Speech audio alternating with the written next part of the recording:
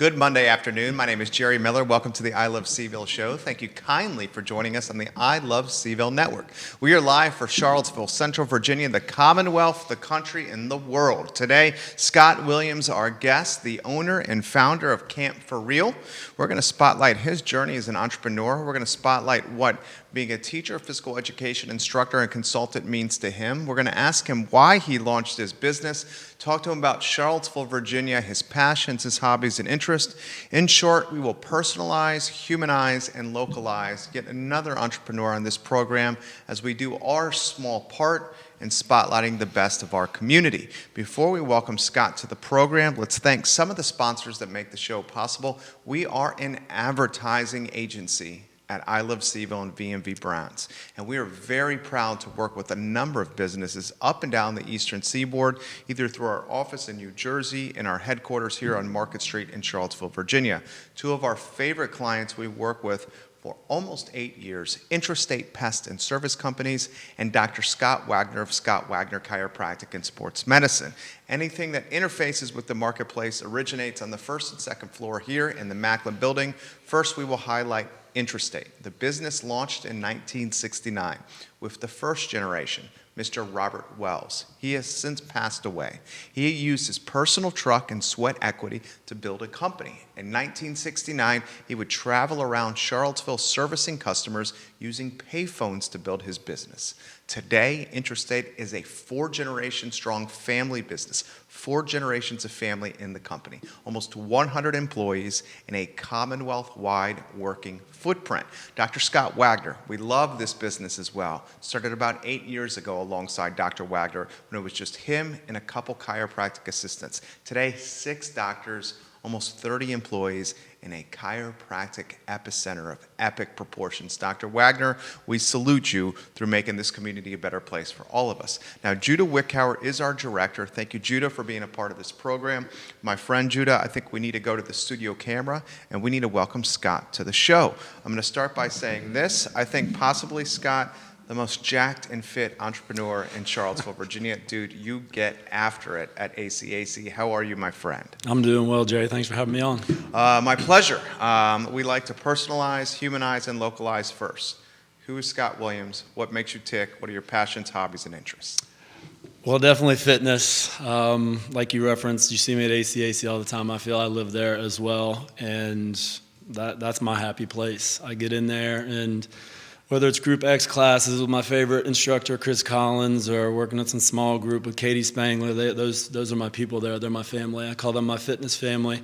And I love getting in there, taking spin classes, just doing some free weights on my own. Play a little ultimate football, too, on the weekends, too, which is ultimate frisbee with the football. And just I love my fitness family. And anything nutrition. I'm totally into nutrition. I've been plant-based for almost 10 years now. Wow. Free of artificial ingredients for 13 years, and that's a lot. We'll cover that when we talk about the business. Just cutting out all artificial stuff out of my diet was just huge for me, and strengthening my immune system to epic proportions. And I, in turn, became passionate about it and wanted to relay that to my students and my friends, whoever else I could get that word out to. You may not know it to look at me or when you see me do it, but I love to dance. I am a dancing fool. Nothing makes me happier. Nothing is better for my mental health than dancing. So I love dancing, and we strive to inspire other physical educators to dance. I just came from a conference in which we got, I would say, about 100 or so teachers up dancing in a session we did. And did a little pop-up dance too, so we're always trying to find ways to inspire others to dance. And my biggest love probably is kids, though. Like you'll hear me refer to my students as my kids, and I think a lot of the people that don't know me, when I say my kids, they think I have a ton of kids. I don't have any children of my own, but I love kids. My students were like my own kids. I used to tell people I had 440 kids at school, so I don't need my own family. So now that I've left teaching in June, I'm kind of reevaluating my life. I'm like, am I going to have to start a family now because I'm not around my kids every day? So those are definitely some of the things that make me tick. And the more I'm around kids, the more I'm dancing, the more I'm exercising, and just being healthy, spreading the word about nutrition, the happier I am. So Welcome Alex O'Brien to the program. Alex O'Brien says, Scott is amazing. As a PE teacher in Seattle, we dance with the dancers. Is that dance SIRSs every day? yeah, so when I referenced inspiring others to dance, in our culture, for whatever reason, I think it's kind of frowned upon, in many areas of our culture, I should say, for guys to dance. Why do you think that is? Maybe it's not seen as manly, and I definitely grew up feeling that way. I did not dance at all through my physical education career up until college, and I was in a PE program, so I think that's the only reason I did dance, and that was even like a half credit. So I was definitely not confident enough to dance, nor did I know what the heck I was doing, so I was the guy that you would see kind of standing against the wall. The wallflower. I was the wallflower. And I like to tell my students, you'll never see anybody at a wedding, bar mitzvah, party, dance club, point to somebody at the wall and say, wow, that guy looks really cool just standing there. Right. They're always looking at the people. That's so true. Yeah, so we like to highlight all PE teachers that dance, but especially male PE teachers. So we started a group called the Men of Meriwether. I used to teach at Meriwether Lewis for 15 years, and we would get the principal, the fourth grade teacher, the art teacher, all the males we had. We were lucky enough to have anywhere from 5 to 12 males on our staff. And we would do dance, and we would video it, and we would stream it throughout our whole school for morning movers, to get the kids some early morning movement. And the students, the staff, everybody loved it. So we started our own YouTube channel, and the Men of Meriwether were born. So we got a lot of good feedback about it, and myself and my colleagues, I wouldn't say we're the best dancers in the world, and the fact that we get up there and own it and love it, and we're all going in different directions, like we might have somebody pointing this way, somebody pointing this, nobody cares. We're just out there having fun and just enjoying the movement, and I feel that really empowers people to see somebody like me who may not have any dance background whatsoever, or I have very good rhythm, I can stay on beats, but I wouldn't say my body is super fluid by any means. I'm a little stiff, but that's empowering for people. Like, he is loving it. He's leading this physical education workshop, or he's on YouTube leading all these guys dancing. So it's empowered a lot of teachers, and it's really cool to see and hear, because I am lucky enough to consult all over the country. I'll go to state conferences to present at their PE organization. I'll go in and lead professional developments in school districts. And I hear from people like, oh yeah, you're the guy from YouTube. We've seen your dances. My boys wouldn't dance. They won't dance for me, but when we put the dancers up, or the Men of Meriwether up on the big screen, they dance. They love you guys. I love that. I love that. Jamie Beeler's giving you some props. I had the opportunity to get to know the Beeler family and his father. One time, Western Albemarle baseball coach. Rest in peace, Coach Beeler. Jamie says Superman wears Camp4Real pajamas to bed. Brownsville Bees love Camp4Real. Give a like and a share on any of the 12 Facebook pages you're watching. If you'd like to relay any positive commentary to Scott, just put it in the chat box and I'll pass it along. I see Morgantown, West Virginia is watching the program. James Watson, Allison Fowler, welcome to the show. Ashley Thornton and Nina Leah, welcome to the show. Charlotte, North Carolina has now logged in. Seattle has logged in. Folks in Detroit watching the program right now. I'm going to throw this to you here. So my background, my mom is Cuban. And in the Cuban culture, dancing and music is as part of the culture, as talking with our hands, as black beans and rice. And as someone who's extremely competitive, loves sports and inside and out, I think dancing gives you the best footwork, the best feet, the best balance. It translates to almost every sport humanly possible. I mean, any sport that I can think of right now off the top of my head, you got to have good feet. Right. I love that sense of confidence, yet vulnerability that comes as a male to get on the dance floor in front of a lot of people and not worry what people think about you. I mean, that rings true, and that's why I feel I'm a good ambassador for dance, because I've been on both extremes. I've been to the point where I hated dance, and my students wanted to dance. I could tell. We play great music in PE, and they wanted to dance, so I would let them do dance-offs, and that was just one class on one side, one on the other. I picked the winner, and it started as simple as something like that. And as they progressed and became more comfortable and enjoying themselves, I started seeing other physical educators like me May not have the best fluidity in that body like the Cuban culture does, but when I saw them up there just staying on beat, having a blast, it empowered me. And just going back to the boys, how it's a little bit tougher sell for them for whatever reason. We were just in New York, and a couple of my colleagues, Brandon Herwick from upstate New York and Chris Walker from North Carolina, as well as Matt Bristol. He actually DJ'd our session. We had a DJ there, a professional DJ. They're all dancers. They're all guys that are across the country. We collaborate together to make dance videos. So I'll say, Chris, you send me this part. Alex, you send me this part from Seattle. Ben from Texas, and then I put it all together. So so we have that resource for teachers, but I also try to give them strategies. Like we'll talk about the dance-offs and how you can get some of your competitive kids to buy in, because I don't want to dance, but I want to win. I want to beat the other team, so you can use that. You can cultivate that enthusiasm for competition. But we also showed a brief 90-second clip of LeBron James and Steph Curry. There's a little, like a kind of dance-off going back and forth featuring LeBron, featuring Steph, a little 5 seconds here, 5 seconds there, and they just look so cool, and they're just loving it so much. LeBron is a really good dancer. Steph is kind of just goofy but owns it. And that confidence that they're exhibiting and the fact that they're smiling and having a great time, it empowers those kids to dance. And whatever we can do, and show football end zone dances, they're back, celebrations are back.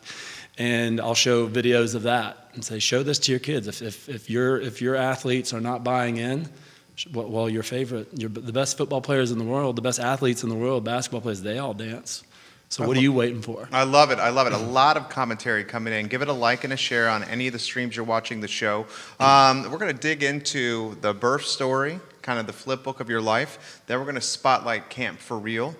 Melanie Rice Garth, she has this comment for you. Both of my girls love Camp4Real and Mr. Scott Williams. Susie B. Lutz says, kids adore this Superman. Jamie Sparks from the entire Shape America community. Scott Williams is a rock star. Thanks, Scott, for being a leader and inspiration. You're getting props from Adrian Piazza. Much love from California. 6 different states now watching. Benjamin Perillo. My students love what Scott Williams does with the dance videos. They love seeing others enjoy dancing. Give it a like and a share. Just like Diana Sabriatri, I'm sorry if I messed your last name up there. Allison, thank you for joining us on the program. Now 8 states watching the show. You're clearly a popular dude here. Where did Scott Williams grow up? I grew up in Clarksburg, West Virginia. Okay. Whereabouts that is in the state? It's funny, it's very directional. It's north central West Virginia. So that's what you hear. West Virginia. The news station's the best news station in north central West Virginia. So a lot of directions. A little bit south of Morgantown, West Virginia, where WVU is. What was childhood like? A lot of sports. Yeah? Not much dancing, unfortunately, but a lot of sports. Just your stereotypical team sports dude. I played basketball. That was my thing growing up. I loved physical education. Point guard, 2 guard, wing? I kind of did it all. I guess more of a 2 guard though, just depending who I was playing with. I was definitely a team player. I was very versatile in that I would play whatever position. I would imagine you're a tremendous on-ball defender. That's my thing. Yeah, defense I can totally is my see thing. that. Oh yeah. Yes. Good feet, quick, good hands, athletic, lateral quickness, willing to do anything that the team needed to get a dub. That was me. Okay. You got it right. Okay, so basketball, team sports, in your blood from early on? Yep, my dad loved basketball, still does, and he is an amazing athlete. So he definitely instilled that love for sports, especially basketball. Childhood, how do you characterize it? Just active. Yeah. I loved being active, whether it was wiffle ball, whether it was basketball. I loved PE, and just to. I know what it's like to have a male in the building because I had a PE teacher, Robert Shields. He's a friend of mine to this day, and he was my PE teacher in first grade, and he actually left after first grade, and I was absolutely devastated. I loved my PE teachers after that, but having a male in the building was very big for me because it was, I would say, the principal and the PE teacher were the only males. So just having another positive role model, male role model in the gym or in the school was huge for me. So that's what kind of kind of I don't know, just shed a little light on me when I reflect on it. Wow, I've got a really big influence on my kids, on my students. And because I remember we would talk for years after Robert left. And I think he's coming back this year. I heard he's coming back. There's a rumor mill. So that's one thing that definitely resonates with me. But definitely a lot of baseball, a lot of basketball. Never did get into football, did soccer a little bit. But just riding bikes, playing outside, playing night tag, just very active. Sounds like my childhood. I love a childhood like that. Do you think you were destined to get into teaching of some capacity? I was very non-committal about what I wanted to do until I'd say, end of the second year in college. So I was just doing general studies, and I was like, I like sports. What can I do? So I narrowed it down. I was like, well, I kind of like kids, and I didn't realize how much I actually love kids until I got into it. And yeah, I was destined to do something active. So when I talked about what my passions earlier, looking back, PE teacher, right in line. Camp4Real, what we do in our summer camp, right in line. So that's what makes me happy, and that's definitely what I was destined to do. How about the entrepreneur bug? You're an entrepreneur now, you're a business owner. As an entrepreneur, same with me. We take risk for a living. It is no easy task. It can be lonely, it can be invigorating. It's a roller coaster ride of emotions, depending on what happens to us that day. Was entrepreneurship a part of childhood for you? Not in the slightest. Wow. I would have never thought that I would go out on my own. That's one of the many reasons I love Charlottesville. The people I meet here, kind of big thinking, big thinkers, big dreamers. And my friend, I was just telling this story yesterday, my friend Josh Fisher, we were sitting on the rooftop pool at ACAC. It was about 3 years ago, and just talking about the business and how I wanted to grow it. And he's like, you're gonna have to quit your teaching job if you want to grow this to the point where you want to grow it. And I was like, there's no way I'm ever gonna do that. So just being surrounded by big thinkers like that, big dreamers, and that's the entrepreneurial community here in Charlottesville is that. And I just met with a colleague of mine, a friend of mine, Seth Wilson, today, he's going out to do the same thing. And I told him, surround yourself with people that are big thinkers, think outside the box. I had plenty of people that would tell me, why would you leave your teaching job? You got that pension, 15 more years, and you got this great pension. I'm like, I can't do 15 more years. It's not what's making me happy. So, talk to me about that crossroads. That's almost like an aha moment. I mean, I would think you have like I had a similar aha moment. My business is 11 years old. We launched in May of 2008 in a recession. And I was working, doing really well, doing a syndicated sports radio show on 70 ESPN affiliates, 2 TV shows, sports for NBC 29, and a column in the Daily Progress 5 days a week. Had this like multimedia, but I always wanted to be my own boss. Mm-hmm. I always wanted to call the shots, and it was in some ways something that I knew inside I had to do. I remember when I launched the business, before I did, my parents, my girlfriend at the time, and 2 of my buddies almost had an intervention for me. And I came home one day, and they were all there unannounced. And I'm like, oh shit, what is going on here? And they begged me not to start the business. For you, that aha moment where you like, I love teaching, but teaching is not the gratification or the personally fulfilling thing in my life that I need. Talk to me about that. I had thoughts of it when my buddy Josh he planted that seed, and it just grew and grew. The job at Meriwether Lewis was amazing for 15 years. I mean, that's in a lot of ways the elementary. For folks that are watching here, Meriwether Lewis is the iconic public elementary school that educators strive and move and shake and do whatever they can to get in those hallways as paid teachers. That's safe to say. Yes, I totally agree, and I'm glad you said that, because it was. I got placed in that school moving here 15 years ago. Yeah. Wow. I lucked into it. The school in the county, they supported me. They really supported professional development, which was a huge part of my growth as a teacher and as a business person, honestly, as an entrepreneur, because I would have the support to go to our national conference every year. I went 15 years in a row to a national conference. You ask PE teachers around the nation that, I would say 0.01% could probably say that.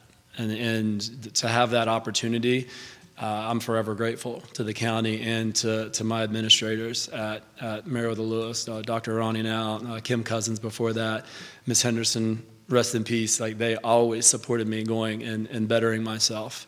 And just going through, just being around the best of the best in your profession, eventually the competitive nature of myself, I'm like, I got to step up my game, because I was decent coming in as a teacher, but I don't think I had any idea what I was doing when I look back at it. So being around the best, that pushed me to another level.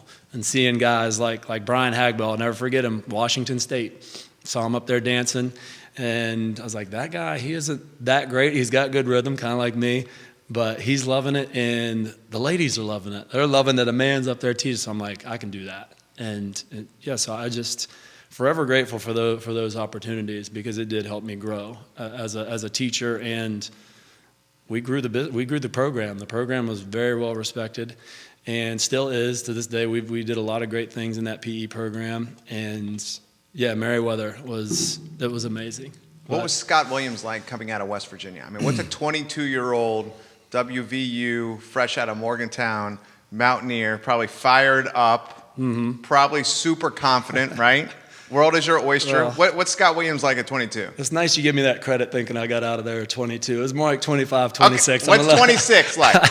I'm a little bit slower when it comes to getting things done in life. But when I came here, I thought, oh, UVA is there. It's going to be another Morgantown. No, it's not another Morgantown. It's a little bit different. But I don't think I know what hit me. I followed my buddy down here, Roger Boucher. He had moved down the previous spring for a girlfriend at the time, and when I couldn't find a job in West Virginia, he's like, you should look down here, man. There's a lot of opportunity. And I hit it up and interviewed at a lot of places, but when Miss Henderson interviewed me at Meriwether Lewis, I was like, this place feels like home. And it was. Got hired, loved it.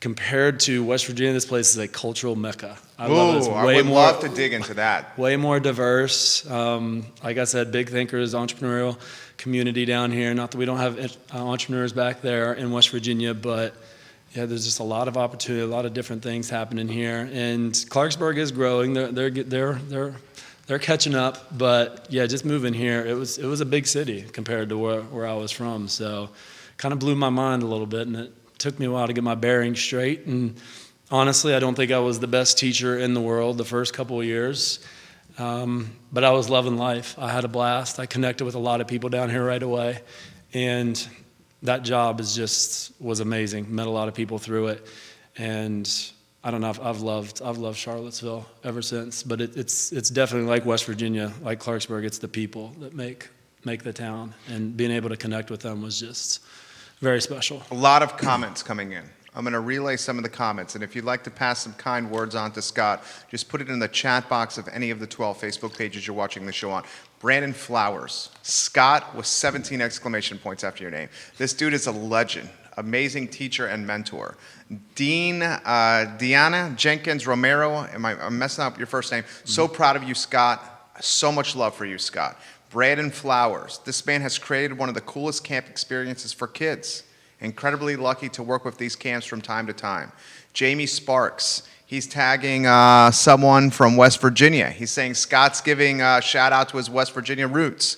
Matthew John, Scott is one of a kind. I love him and his dance moves. If you get a chance to meet him, go to his camp, see him present on physical education or dance or actual dance with him, do it. Matt from Vermont. We have 10 states watching you on the program. Ryan says, well done, Scott. Beth Kirkpatrick, Scott Williams is awesome. Joshua Fisher, hey, shout out. Follow your passion, my friend. Wealth is about perspective. Follow where your heart is. Alex, he says, you're a respectful housemate, a great all-around guy. Seth Wilson, very few as classy as Scott, and bold enough to leverage his gifts and talents into a way to serve the community well. How you fuel and steward your bodies opens up doors to share your talents to the world. Leslie Amber, proud of you, Scott. I mean, the list is going on and on and on. What's this mean to you here?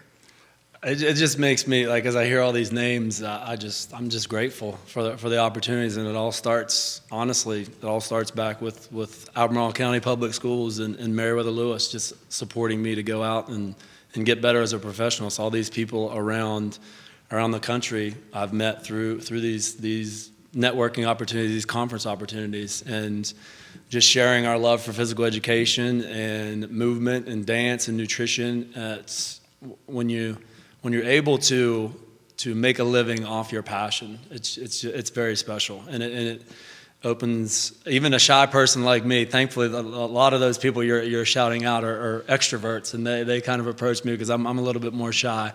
But yeah, just the list of people that are there supporting me right now is just, I mean, it warms my heart. I'm going to think back on this and journal on it tonight and just be ridiculously grateful. Orlando, Florida, now watching the program. Folks in Idaho watching the show. Kobe Massey, I went to see Miss Sparkles at a Camp4Real. Lindsay Steele, we love you, Scott. Let's not forget that Scott is also changing the way kids eat for the better. This guy's amazing. Ann Francis, amazing role models for the kids in our community. The list goes on. I will get to these comments in a matter of moments. I need to emphasize this again for anyone watching this program here. Albemarle County schools in the area that we live in are the pinnacle of the educational profession. Scott was at an elementary school, was at the top of the pyramid from a performance standpoint, from any metric probably imaginable in our community. You choose to leave this, a pension and a career, to launch a company. Talk to me about that dynamic and what was going through your head. Give me age, stress, all the above that was going through your mind. So it was definitely stressful, but I'm a big believer in the universe kind of helping you along with these decisions. So when Josh, who chimed in, planted that seed, it would grow and grow, but I worked with people like Kobe Massey, who just chimed in as well. And these people I worked with, Andrew Weimer as well for 9 years, Kobe Massey 3, are just unbelievable physical educators. But they were my brothers and they were my best friends. So stepping away from something like that, working with your best friend every day, is quite difficult. Sure. So the universe gave me a little bit of help on that end. Kobe had to move, which was heartbreaking to me, our staff, our whole school community, because that dude was just an amazing educator and just connected with people like no other. But then when I went a year at it by myself, that was kind of like, okay, this is a sign you're ready to take the leap. Because that year was a little stressful for me. I actually took a couple months off just for my mental well-being, and that was Dr. Arani, Mike Arani, my principal, was so supportive, and I'll forever be always indebted to him for the support he gave me through that. But when we did that, it was like, we're just going to keep this hush-hush. You're just taking a couple months off. And I was like, yeah, I don't want anybody to know. I don't want anybody to know that it was a tough time. I went through a relationship ending, another relationship, Kobe leaving, that was huge. Then my workload kind of doubled when Kobe left because we weren't able to hire another teacher. So when I took those 2 months off, I was able to do a lot of reflection, a lot of introspection, and just be like, yeah, these are signs that you need to take this leap. You've got a higher calling, and you need to go towards it. So yeah, that was just last year. So 41. I always thought I'd have a midlife celebration, not a midlife crisis, but that 41, you launch a business? Yeah. You're aging. Well, the business started in 2011. But 41, you went all in. Yeah. Okay. That's You're aging phenomenally well.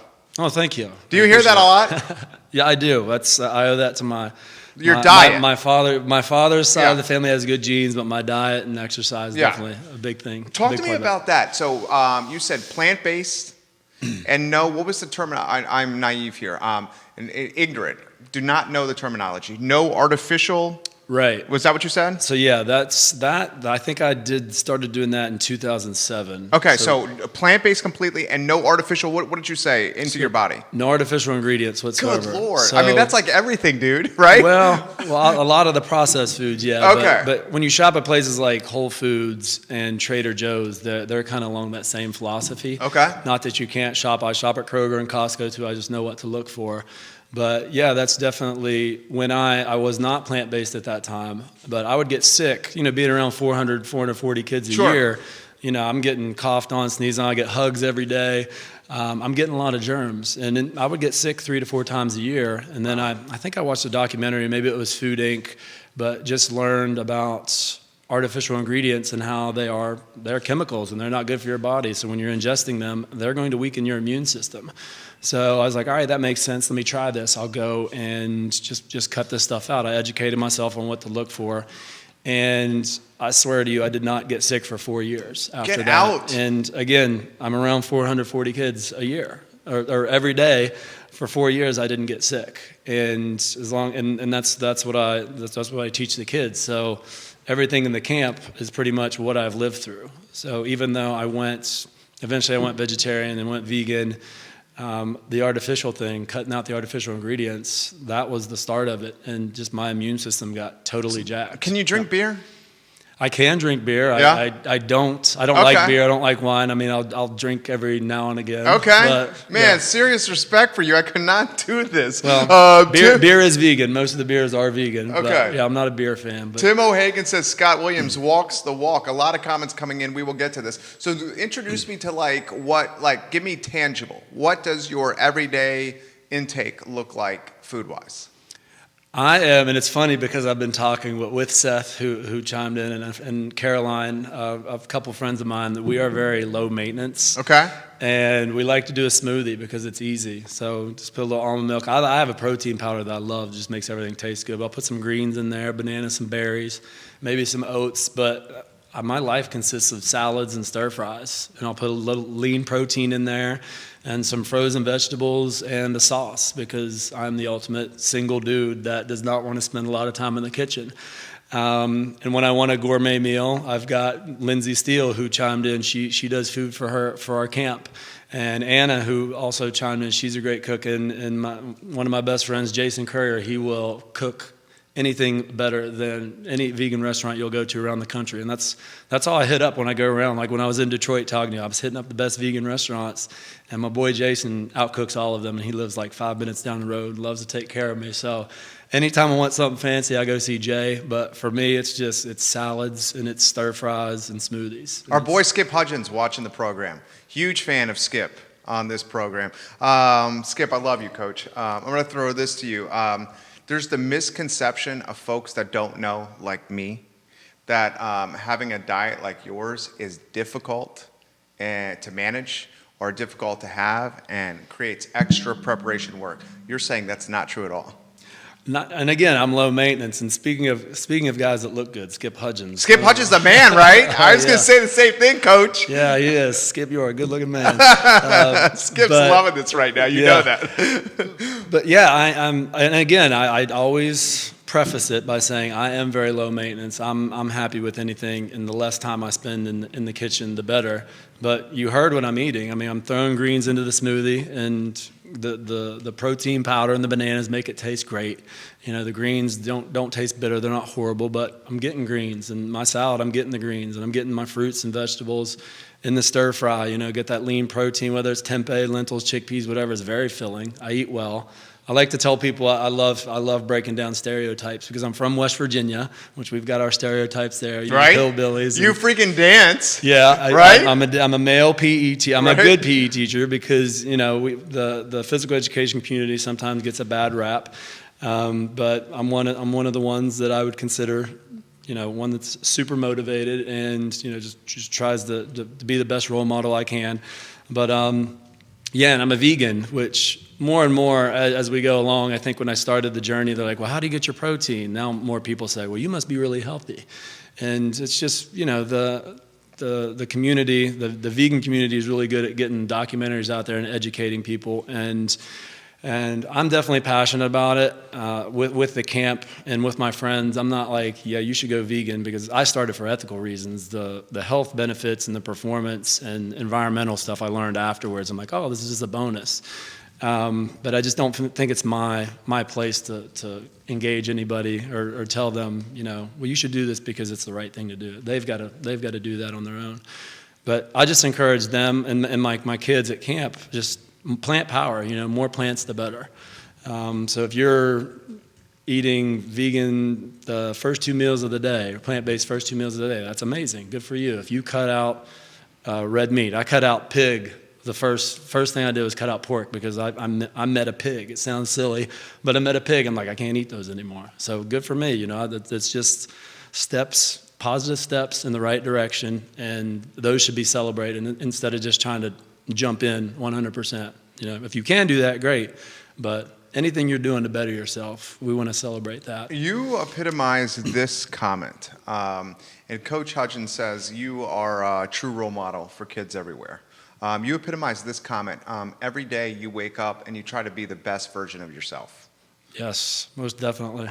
Yeah. Throw that to you. Because that is hard to do. And why it's hard to do is like us as men and women, it's so easy to succumb to like the challenges we face every day and get down on ourselves or demoralized or depressed or fall into the trap of negativity, especially with the ubiquitous nature of smartphones and social media everywhere. And what we're trying to do with this show and this platform is to leverage smartphones into social media for the good by putting positive energy into the ecosystem as opposed to going down the negative trap or the negative rabbit hole that comes with social media. The best version of yourself every day. How do you do that? Right, and I'm glad you mentioned that too, because I was stuck comparing myself to others all the time, and just looking yourself in the mirror and trying to be your best self. Giving yourself some love every day, and going back to the when I took 2 months off for my mental well-being. At the end of that, I was telling people, as many people as I could, I needed it for my mental health. I needed that break. And going through last year, one of the most challenging times in my life, I've come to the point where I absolutely love myself now. There's enough stuff going on and enough people that will try to tear you down, but you wouldn't know that by all the support I'm getting right now from all these comments, but there's always reasons to, tear yourself down. And I would love to go down that road, okay, and because this is, I hope is enlightening. You said the comment, I absolutely love myself now. Isn't that the first step to loving others, is to feel good about yourself? And if you feel good and secure and confident and assured about yourself, then you can be open-minded and secure with yourself to see other people in a similar light. Let's go down that road. Yeah, that's funny because it's not an ego thing. It is not. Yeah. And one of my friends from ACAC just posted. Josh Yazinski's a trainer there. He started out a post with "I love myself." And there's nothing wrong with that. You don't have to be obnoxious about it or conceited. And just looking back, like the people I surround myself now, my buddy Jason Currier that I mentioned, Chris Collins, Group X extraordinaire at ACAC. Dude's a beast. Yeah, Spencer Burkholder. Yeah. I stand beside him and Patrick Carr every day in my class. These guys are absolutely jacked individuals, and they're younger than me. Jason's about the same age. Good-looking dudes. Chris is an animal. Yeah. Right? And I mean that in the positive way. And Chris will share the story. We did not like each other right away. And that was back in a time where I did not like myself as much as I should. And I was threatened by people like that. But now, it only took me 41 years. Like I said, I'm a little bit slow. But I'm to the point now where I do love myself. So I see people, instead of seeing them as, oh, wow, I want that. I don't like that person because he's super jacked, or I don't like this person because she's very successful. They're expanders to me. Like I see them like, well, I can do this. I can do that. I put Spencer and Patrick on each side of me in the workout. They're younger than me. They're they're in better shape than me, but they push me. And Dude, you're shredded. Well, you should see those dudes. But they push me. They push me to be better. And yeah, just loving myself it's so enlightening. And I'm so happy to be here because I can love other people for what they bring, what they bring to me, to this community, to the world. And yeah, it's refreshing because I beat myself down for a lot of years for whatever reason. So it's nice to be here now and to love yourself. And like you said, that's how that opens the door for loving others. Cheryl Wardell's watching. I think she's watching in Oregon. So impressed with the big step you have taken this year, Scott. So many teachers will benefit from what you are doing. All right, let's deep dive into here. Camp4Real. Talk to me about it. So we started in 2011, and again, I had great support from a colleague of mine, Cheryl Wetmore Simpson. Would walk through the gym after school when my former colleague and we would hold after school classes. And she noticed every day, like, your after school classes, every one of them are packed with kids. You should do your own summer camp. And I was like, I should do my own summer camp. So I started it. And, well, what are we going to do in this summer camp? How are we going to be different? I had previously tried to make some inroads with the county and the school lunch program. I worked at the individual level with my school. Cynthia Tishner was our cafeteria manager. She is amazing, and she is so open-minded and willing to try things. And it was just set up for failure, honestly, because she would do this awesome roasted veggies or this beans and rice that was so delicious too. But when you put it next to all these other foods and their plight was they didn't have enough person power to be back there preparing food. They had to do things that were already prepared, so highly processed. Honestly, if you put a lentil burger beside a vegan cupcake, I'm probably going to go for that cupcake, honestly, like if it's there. So those kids they're going through that decision every day. And some of them are able to make it, but most of the time, they're going with the unhealthy choices. And I tried to go down the county level and talk, and they were willing to hear what I had to say, but I didn't get anywhere with it. So I was like, I'm gonna start a camp and show that these kids will eat healthy if we just put healthy things in front of them and get them out of their comfort zone, possibly. Or, we'll do things that are pretty quick. And everybody loves a smoothie, so everybody's jacked on smoothie day. But just building it to the point where we've got now, especially my kids at Merriweather, where they've been through the camp for some years now. And Lindsay Steele, who chimed in from Get V, she runs a meal planning service. She was cooking those kids collard greens and polenta cakes this summer, and they were destroying that food. So if we just put healthy things in front of them, they are going to eat it, and they're going to love it, and they're going to push change at home.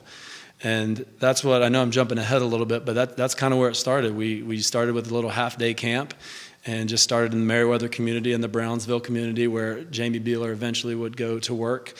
And it was a hit. And it started out small, but then it grows exponentially every year until we kind of cap it out to our bigger camps like at Brownsville and Merriweather. And we started moving around the county to different areas, because I've got some amazing colleagues in the county. And we're at the Hollymead area, we're in Stone Robinson, where Tommy and Luke are teaching, Tommy Lancedale, Luke Noble, just amazing PE teachers. So the business model, unbeknownst to me when I started, is actually set up quite well because we just go over there and we kind of... You have a network. Yeah, we capitalize on the popularity of the rock stars of the school. Like, PE teachers are the rock stars of the school. The kids want music and they want to move. So that's what we do in PE every day. So when we go to these different areas, these different schools, they're coming for their PE teacher. But then when they meet me and they meet the program, see the program, they're like, oh, this is amazing. We want to come back every year. And just getting the word out has been a little bit of a struggle outside of the area because we've got a really great network here. And that's kind of where we've plateaued a little bit. Just we're trying to go to the Virginia Beach area. I've got a good network down there. We're going to go back to West Virginia and hopefully get a camp started there too. But yeah, we started small, and every year we just added another school, and it's pretty much PE all day, and it's not a sports camp. It's PE, it's all-encompassing. So if we just did a basketball camp, I love basketball, it's my favorite sport in the world, I'm going to get about 10% of those kids in my camp, 10% of the 100% that would have come to my camp. But if it's all-encompassing, we're doing dance. What's all-encompassing? Okay, there we go. All-encompassing means... It's PE. It's more skills-based. So we're doing fun overhand throw games and kicking games and running tag games. But it's all-encompassing instead of just like, we're just going to do basketball every day. Well, we've got these skills-based games that the kids are familiar with throughout their year in PE, and we're just going to do a lot of that stuff. Love it. And they love it anyway. So, I get this all day. So we're coming, and it's just growing and growing, and to the point where we went full day camps. People wanted full day care, so now we're slowly expanding each year, and now to the point where I want to grow it to make it my sole source of income. I had to leave the teaching job so I can get out there and network a little bit more in different communities, and we're doing little mini events here and there. They're called Kids Night Out events. So we'll go. We were just at Skip's school last month, and I worked with one of his colleagues to do a Kids Night Out event where we show them Kale? a mini camp. At Kale Elementary? At Kale Elementary, yeah. Okay. Eric Stauffer we're going to try to get Skip out there too. We want to get Skip involved. But Eric Stoffer and my colleague Andrew Weimer ran it for me, which is great. It's big for me because I'm hands off. Yeah. Those guys are rock stars. And that's the only way you're going to scale. And that's the thing, scalability. And that was tough for me at first because I want to be hands-on with everything. Of course. I don't have a manual. It's like that is the hardest part of going from lifestyle business to an actual company. Mm-hmm.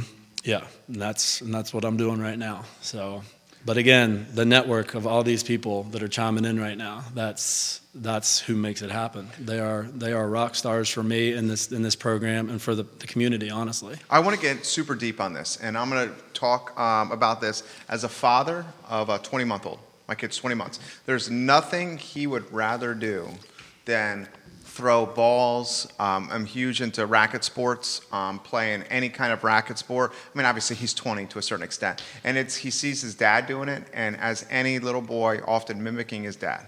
Okay, so here's where I'm going to go with this. I'm going to throw perspective to you as a dad. First question as a dad. There is this misconception out there as kids get older and show talent in one particular sport, say they're good at soccer when they're 4th, 5th, 6th grade.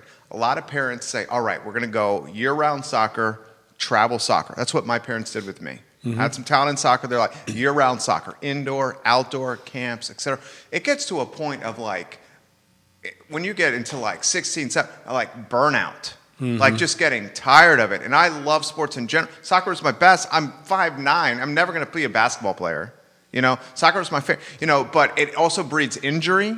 Mm-hmm. Focusing on one sport, and it tires the mind out. Throw that whole topic to you of the importance of playing sports across the board and how that could help an athlete, whether female or male, excel in the one sport they're the best at. Yeah, it's cool too that you mentioned that because there are athletes coming out and saying, hey, I played all these sports, and they're showing pictures of these prominent football players that also ran track, also played baseball, basketball. Did yoga. Yes, yoga. We're big into mindfulness too, and that's what I love about our camp is we're all encompassing.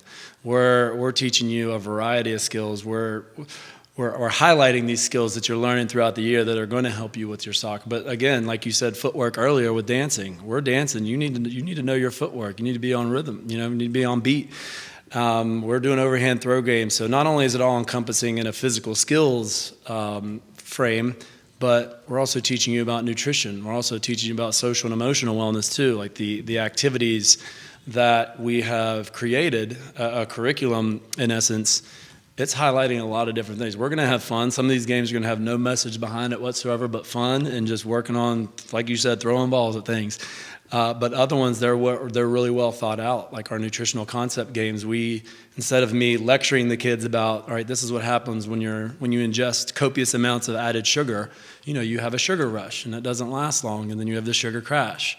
So I tell you that, you might retain that. Most likely you won't, but if we act it out, so we've got a game that illustrates that. I'm the sugar tagger. I tag you, you spaz out for 3 to 5 seconds and just run around screaming like crazy, and the kids love that. And then you have the sugar crash. Boom, they crush into the wall. They love crashing into the wall. Oh, I'm allowed to crash into the wall? Safely, obviously. But they do that, they come back up, they're a zombie, illustrating the sugar crash. So not only are we talking about how it feels, we act it out. So the novel approach really sticks with the kids. And that's a lot of the good feedback I hear from the parents is, oh, they told me about this, they taught us about this. We went through the cupboard at home after we do our label reading. We've got our camp buddies, that's a big part of the social wellness piece of our camp. We have a big kid paired with a little kid. We do that the first part of the week, and we always start the day with an activity where the big kids are with the little kids, building that community.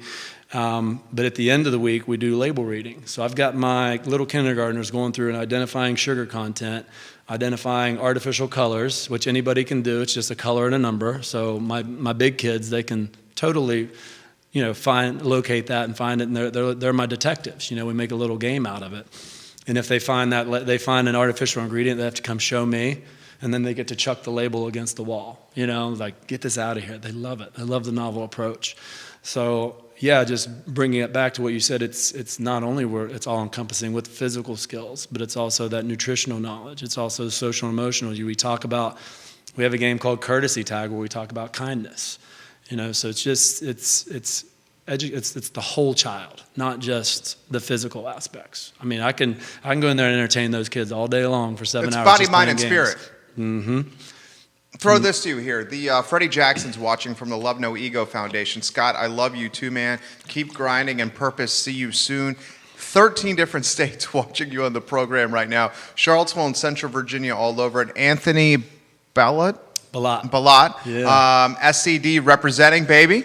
Matthew John is watching in Vermont. Camp4Real is so cool. I need to find a way to work there from Vermont. He's coming down. We're going to talk about scaling the brand here in a matter of moments. How about this topic? And this is deep. This is a socioeconomic issue. How about with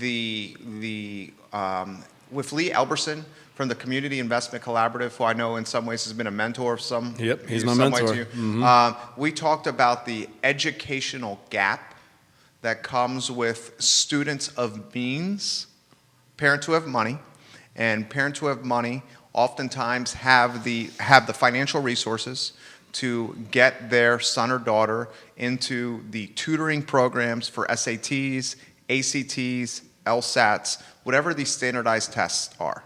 And having the tutoring programs show you the way to manage and handle these tests goes a long way to performing well on the tests. I'm going to take that topic and apply it to physical education and to your brand. Parents of means and having the knowledge and means to get a kid involved with Camp4Real so they learn the importance of a healthy diet early on, versus parents that do not have as much money and maybe are working 2 or 3 jobs and the son or daughter is left eating whatever's in the cupboard or whatever's most affordable. And unfortunately, what's most affordable from a food standpoint, in a lot of ways, it's what's worse for your body because Whole Foods has the nickname Whole Paycheck for a reason. Right. It's expensive.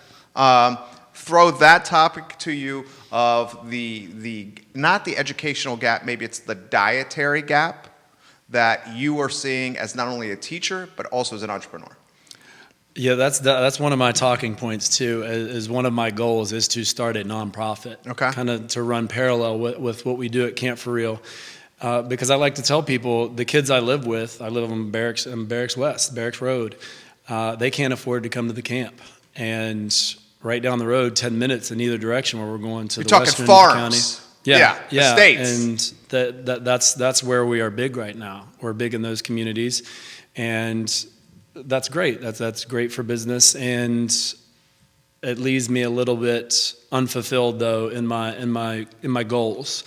And I've been thankfully I have people like Lee Elberson that help me kind of plan out this plan of action. I mean, I've been out of teaching for a few months, so still trying to get my bearings straight. In which direction do I take this? I want to start that nonprofit, but I've also got to ramp up the Camp4Real brand first before I can do that. But the one thing I am super excited about, and please reach out if you know anybody that can use a scholarship. Our scholarship program is pretty simple. It's like, hey, what do you need? You need this, and we can get them. We can get them in there. But finding transportation sometimes can be a bit difficult. Finding kids to take advantage of the scholarship program that we have is a bit difficult. But now I'm trying to work closer with the PTOs, because with the PTO and the guidance counselors at each school, they can identify these students. And honestly, if you just walk through the lunchroom, you can tell that you can see that gap. You can see that some students have... Isn't the cafeteria such a good dichotomy of so many aspects of life? It is. I couldn't have said it better. Yes, it is the perfect dichotomy, because you've got those students of means like, wow, they've got some, and it's not, you can just tell by, it's a very colorful lunch. It's like a rainbow in there. Like the parent was very thoughtful about, they got some vegetables, they got some hummus, they got some fruit, they've got a lean protein.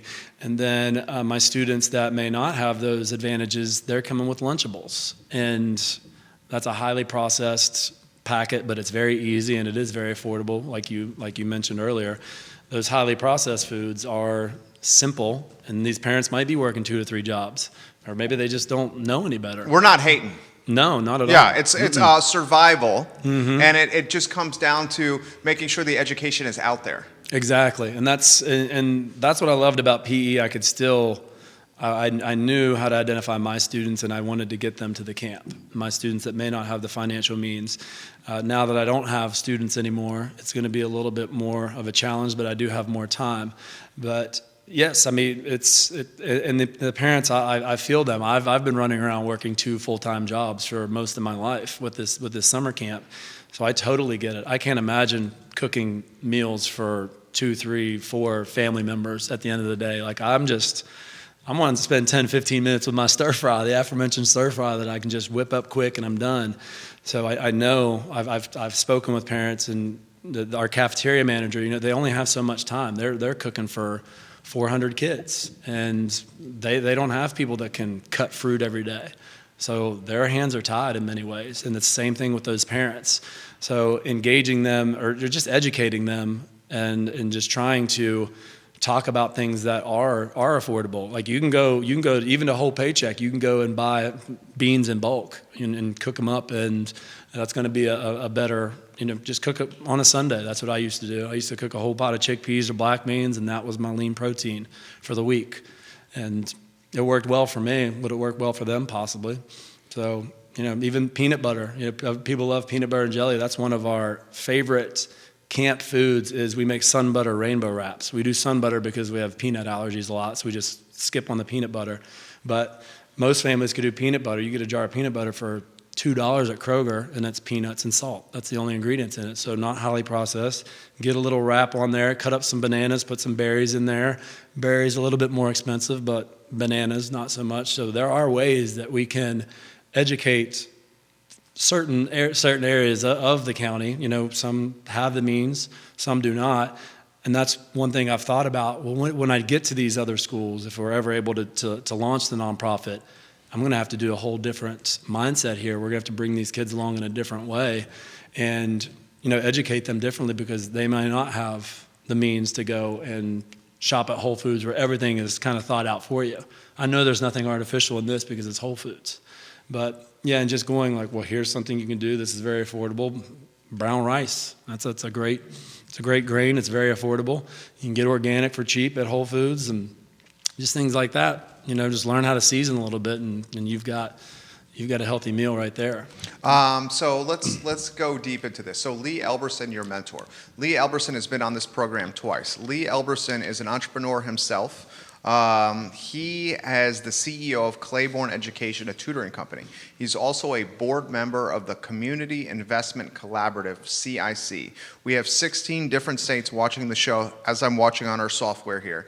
And for those that are outside of Charlottesville or Central Virginia, the Community Investment Collaborative is a nonprofit that creates a foundation and educational infrastructure to help entrepreneurs, whether aspiring or current, improve or make their models more efficient.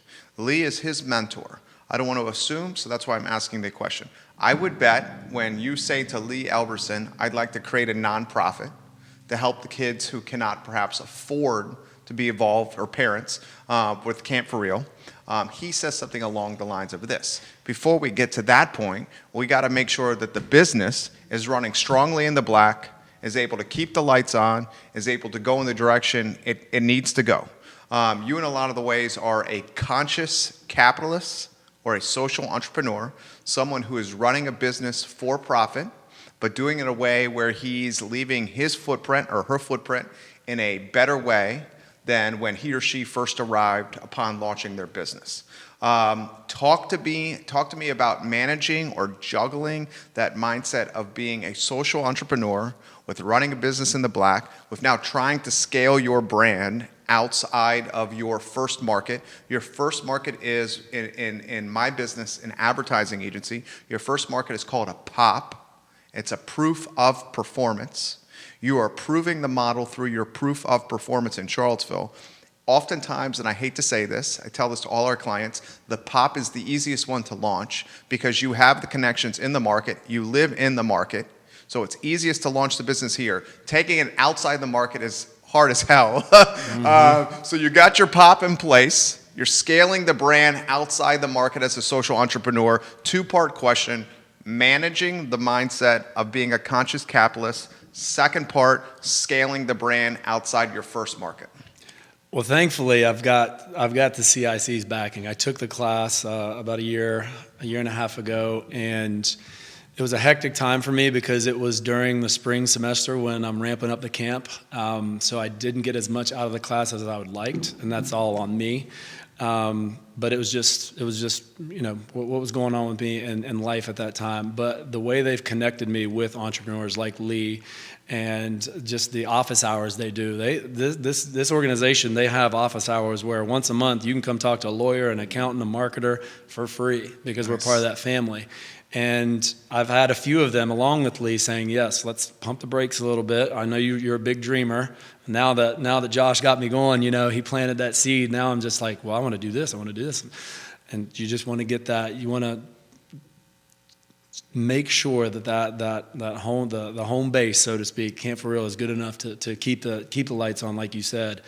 But yes, I've experienced. It's like you're in my mind right now. You're in my situation because I've tried to go to Virginia Beach a couple times, and each time we're getting a little bit better, but we haven't done enough to get an event yet.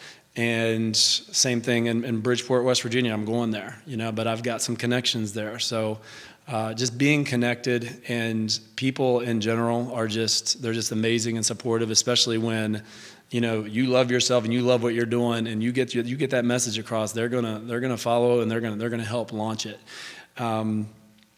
But that's where I am right now. It's trying to manage those expectations and take one step at a time, while also not freaking out that I'm now paying for my health insurance, and I don't have that teaching job anymore. So making sure good things are going on at Camp4Real before I start delving into the other areas. So I am gonna kind of divvy up my time in each one of those new markets. I want to stay here and make sure everything is as strong as it can be here, but also in those times that I have, go do a little outreach there. So is the job now as much about dictating the vision of the brand as it is shaking hands and kissing babies outside the market to get the brand out there, as it is being an evangelist for Camp4Real? Yeah. As it is like managing the team members that are in market while you're out market? I mean, talk to me about the day-to-day. Right. So, and that's where I've been consulting a lot this fall season. I haven't had a lot of time to dedicate to Camp4Real, but that's what I'm going to do. I'm clearing off my calendar for the next few months, and it's going to be strengthening relationships with the people here. And I've got an amazing marketer, Destiny Wright. She's going to help me train, in essence, my team to be better. Just provide more awareness, be better ambassadors. We can all get better training in that, while at the same time, if I do an event here Friday, well, I can take a trip down to Virginia Beach. I got good family down there. I call them family. It's my vegan family. Just meet through like vegan message boards, Facebook groups, and they are just super supportive down there, and do the shaking hands, because I can email you and tell you about how great we are, what we're going to bring the community, but until they see it, until they see me and meet me, it's very challenging. And thank goodness for Lee on many different levels, but he's like, it's going to take a little while. Like, you might want to think, because you can't clone yourself. Yeah, that's what I cannot clone myself. Yeah, and you need to essentially find, for this model to scale successfully, you need to find Scott Williamses in a bunch of different markets, where then you are almost like it's almost like this family tree, where Scott Williams is atop the family tree. He has like 20 lieutenants. Those lieutenants have like maybe 5 foot soldiers in every market, and each lieutenant is running its own almost like business. I feel like this model, I'm going to throw this to you, and I'm sure you've thought about this, and this is just the entrepreneur in me coming out. I love stuff like this. I feel like this model is like so primo for like a franchising or licensing scenario, where you've like proven the model in Charlottesville, and you can take this model and you can franchise it in some ways to like the Virginia Beach, DC, et cetera, where there's some skin in the game, some upfront money put up, and then a percentage of revenue each month kicked to the parent company. And that percentage of revenue is like something that you could sustain your overhead, or the upfront money helps you scale the brand. Have you thought about that concept? I'm sure you have. Just spitballing 2 dudes here on a show. Oh yeah, most definitely. And it's funny you say family tree, because that's how I reference vegan family. I've got phys ed family all over the country that are chiming in right now. Yeah. And I've got my fitness family. So whenever we start our adult camp, which is another goal, which I can do because it kind of builds on it's kind of just like Camp4Real, but just building on the fitness family aspect. And I'm super excited about that. I can't wait to get on that. But going back to your point, yes, the family is huge. And because I've got Jimmy Grassano down in Virginia Beach and Josh Pankow. These are rock star PE teachers that are ready to go. And there are different challenges, like, again, ACPS. I love Albemarle County Public Schools. We can rent the facilities here. You can't do that in Virginia Beach. So that's some of the problems that I'm running into in other markets. Thankfully, in West Virginia, Harrison County Board, you can rent the schools. So there's just little challenges in making yourself aware of those challenges and how are we going to overcome them. That's kind of where I am right now. So how are we going to scale it? And I wrote it down here. One of the things I want to talk about, I have no business background whatsoever. This is all, never thought in college or honestly until 2010 I would ever start my own business. And that's why I meet with Lee once a month. And anytime I could go into the CIC meetings, I can talk to an accountant, talking to that accountant for an hour. A lawyer, I'll talk to anybody just to learn. And I'm learning some right here. I never knew the term POP. So now, yeah, that's definitely maybe not an accurate representation of how everything's going to go everywhere else because, I am so connected here. But the more I learn, the more I learn. I mean, and franchising is definitely on the list. But again, thanks to Lee, he's like, all right, a couple things at a time. We got a couple bullet points after our monthly meeting, like this, and this. Well, before you can even franchise, so my background is business, and we're working with a brand, scaling them through the franchise, multiple ones, scaling them through the franchise model. Before you can franchise, unfortunately, and I'm just being a realist here with you, unfortunately, the first market, the POP, the proof of performance, Charlottesville and Central Virginia, that doesn't even count in the franchise model. Like the franchisees want to see you do it in second and third markets, so you really prove it, because oftentimes, like say a private equity firm, like a PE firm that's trying to pump some money into the brand to scale, a PE firm is going to say to you, all right, market one, that doesn't count because you're in the market. Show me market 2 and market 3 that you did it, and then once you get market 2 and 3 done through your own sweat equity and vision, then the PE firm will pump some loot into the brand because they said you did this in Richmond or you did this in Northern Virginia. Why not try to scale the model with markets that are close proximity to Charlottesville and Central Virginia, where the word of mouth buzz can easily transfer down Interstate 64, down Route 29 North or down Route 29 South like that, as opposed to going, I understand why you're going around the country because you have the people there, you have the contacts there, but like if you were doing it like a tighter knit community within the Commonwealth, could it not scale quicker that way as well? Throw that to you. Yeah, I think so. I think that's a really good point. And it always goes back to that network. And the reason that I looked into Bridgeport, West Virginia, it's kind of like a mini Meriwether community, honestly. It's a very big community. I've got a contact there. But that's where I grew up. So I still have all those friends from high school. My nephew's going into kindergarten next year. I'm like, nice. Boom, I got his friend circle.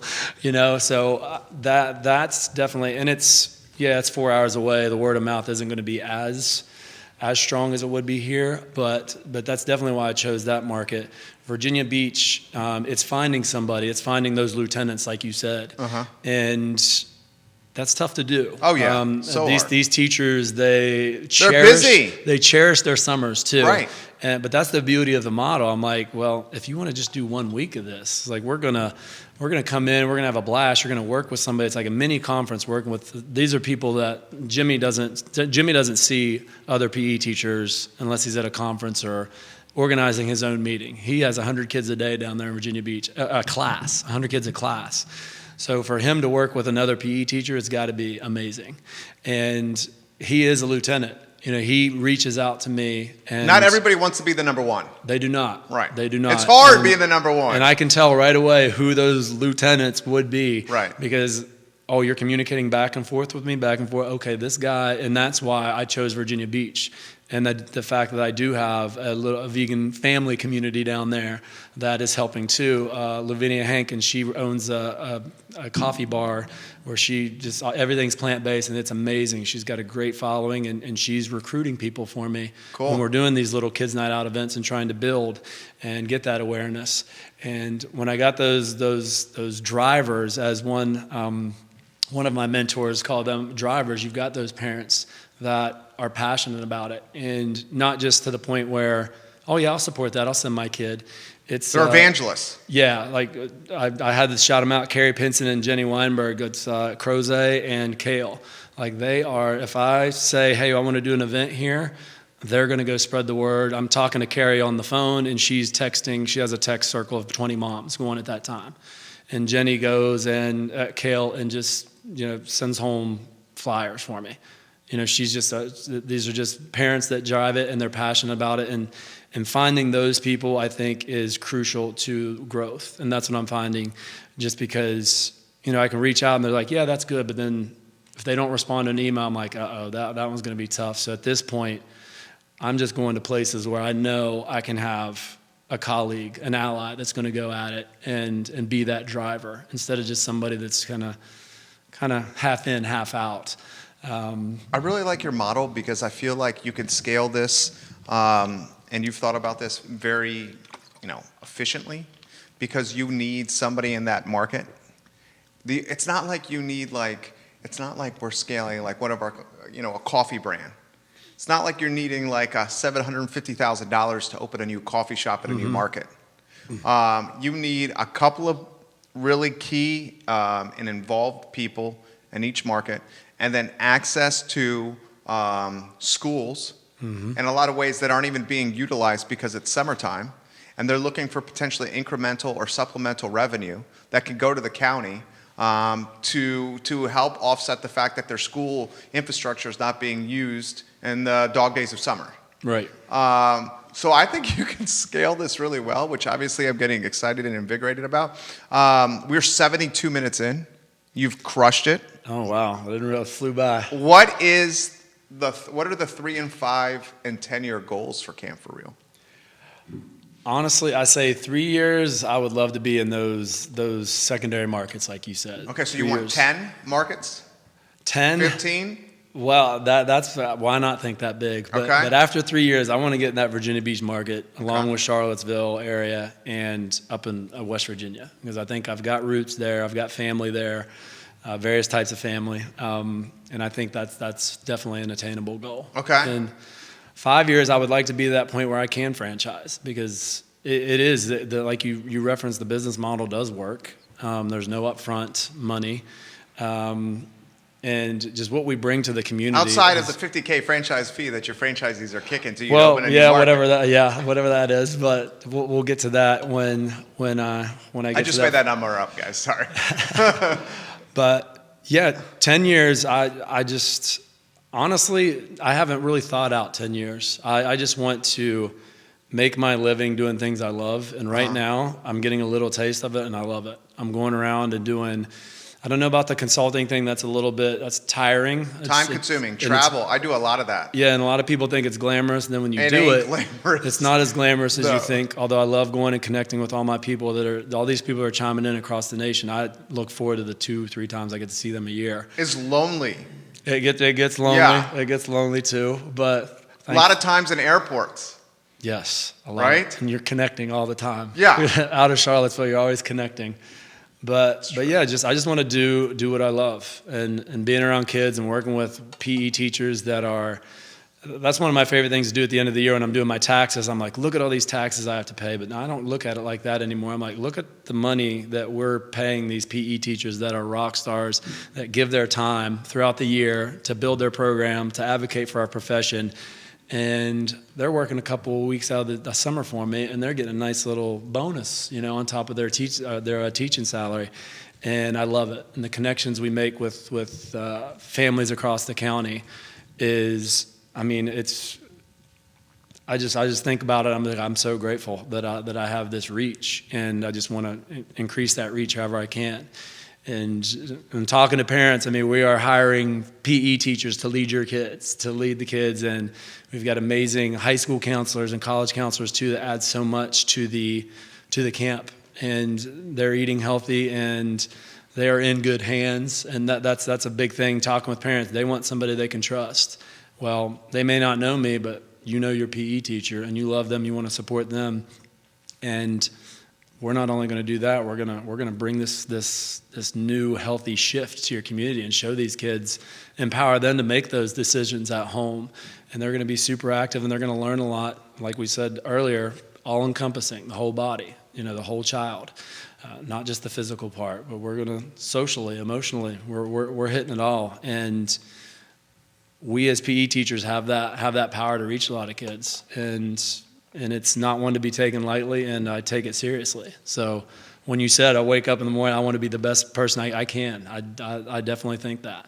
Like, I want to be seen out there exercising, because through social media, I've learned that we do have a lot of influence. And I'm surprised and humbled when people say, well, yeah, I saw you went here, here, and here, and I see you're doing this, and that's so great. And that's cool. That's what social media is meant to be. I'm showing that you can do this. Whether it's plant-based eating, starting your own business, just loving yourself. One of my favorite things too, we talk about mental health, and I openly, now I would never do this, but openly tell people I'm in therapy every week. This is one of my favorite times of the week. And the sometimes stigma around therapy is changing considerably since we were kids. Oh yeah, and I'm so happy because it's approachable. I have grown immensely from that. And I get feedback from parents all the time when the kids, a recent volunteer at my camp, family's going through a divorce, the boys in fourth grade will not go to therapy, but then we mentioned it in one of those aforementioned games, these games that the kids love, but we're just changing the language in it a little bit just to support mental wellness. And here's another thing that strengthens my immune system. I go to therapy, and that helps me feel my feelings, talk about my feelings. And the kid's head just kind of snapped up when I talked about that. And mom comes to me a couple months later. She's like, when you played that game, he was open to therapy. He's having a hard time with the divorce. Now he's going to therapy every week. And that's the type of thing, not just healthy eating, not just loving on the kids, having a great time with them, but we're showing them, you can do things to make yourself whole, to work on all those aspects of wellness. Camp4Real. Camp4Real is an athletic and social rite of passage for youth everywhere. I feel like it's like this way for, it's brilliant. I really, really, really like the model. I'm gonna write that down. It's a good way to. I think that's what it is. Yeah. Oh yeah. It's an athletic and social rite of passage. It's like the whole reason, I went to UVA, and I was like, I feel like I learned more in high school than I did at UVA, just because I was more focused on beautiful girls and beer and partying. But what I really learned at UVA was the rite of passage piece of being on my own in a more controlled and safer setting than being on my own 18, just straight into the workforce. You know what I'm saying? So it's like a rite of passage. You guys, your brand, you're bringing that rite of passage a little bit sooner to folks and helping them find the best versions of themselves. And we have a number of people, I might put you on the spot for this. We have a number of people in I've counted this comment 8 different states here. Elsa Spencer even said this, Jerry, make sure you get him to dance in some capacity for you on the show. Can I ask you to dance in some capacity on the show? Is that ballsy? Oh, no, not at all. Okay, so wait, hold on. Should I put some music on? Judah, no, I don't need music. He doesn't need music. Okay. We talk about that you need to have a go-to dance move. Oh, you have a go-to dance move? Oh, yeah, and it's very easy. It's very simple. And I tell people I try not to smile while I'm doing it because it makes me so happy. But it's very accessible, it's simple, and it's the Cabbage Patch. Everybody knows it. I love the Cabbage Patch. And I'll get up and do it right now. Okay, Judah, wait, hold on. Judah, are we in the right camera? What do we need to do here so we get this? I can stay low. Judah's gonna give us some direction. Okay, we got our director is getting the camera frame. This is live programming at its finest right now. We did not tip him off on this. Our director is framing the shot as we speak, and a lot of people are liking the stream. Judah, tell us when you're ready for this, baby. Camp4Real, its founder, its owner, Scott Williams, about to get after it on the I Love CVille show. Okay, you're good. All right, so it's the Cabbage Patch, and it just looks like this. Watch me smile. There's no happen. It's natural. Okay. Yeah, Scott. See, it just makes me happy. Yeah. You can put me on the spot anytime.